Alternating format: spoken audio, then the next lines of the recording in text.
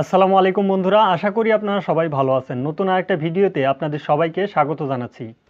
আপনারা যারা সৌদি আরবে বর্তমান সিচুয়েশনে আসার জন্য পরিকল্পনা করতেছেন, ভারী কোনো কাজের জন্য আসবেন, আপনারা বিল্ডিং কনস্ট্রাকশনের কাজের জন্য আসবেন, মানে যেটা বাংলাদেশে আজমিস্ত্রি বলা হয়, সেই কাজে আপনারা যারা সৌদি আরবে আসবেন তাদের উদ্দেশ্যে আজকের এই ভিডিওটি অত্যন্ত গুরুত্বপূর্ণ হতে চলেছে। আপনারা কত টাকা স্যালারি পাবেন, এই কাজটা বাংলাদেশের তুলনায় সৌদি আরবে কেমন, এই বিষয়গুলো আপনাদেরকে জানানোর চেষ্টা করব। সৌদি আরবে আপনারা যদি কনস্ট্রাকশন ভিসায় আসেন তাহলে আপনাদেরকে প্রথমে ডিউটির কথাটা বলি যে কত ঘন্টা ডিউটি করতে হবে।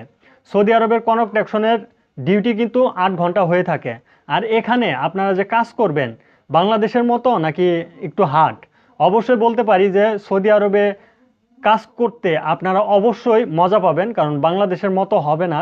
সৌদি আরবে কাজ করলে আপনাদেরকে একটা সমস্যায় মোকাবেলা করতে হবে, সৌদি আরবের তাপমাত্রা বেশি।